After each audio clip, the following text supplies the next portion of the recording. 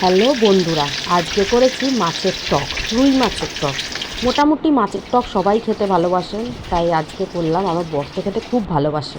প্রথমে তেঁতুলটাকে আমি অনেকক্ষণ জলে ভিজিয়ে রেখেছিলাম, যাতে পরে গুলতে সুবিধা হয়।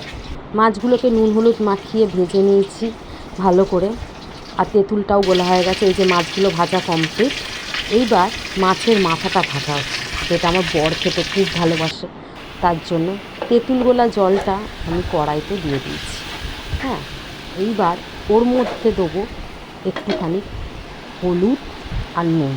তার আগে মাছগুলোকে ছেড়ে দিলাম কড়ার মধ্যে।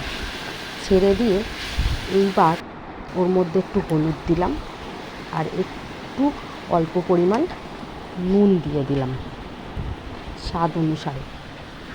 নুনটা দেওয়া হয়ে গেলে এটাকে ভালো করে নাড়িয়ে চাড়িয়ে আমার শ্বশুরের জন্য তুলে নেব। ওনার তো সুগার, উনি মিষ্টি খান না। তারপর পরিমাণ মতো চিনি দিয়ে ওইটা চিনিগুলো গুলে গেলে নামিয়ে নেব। টক রেডি।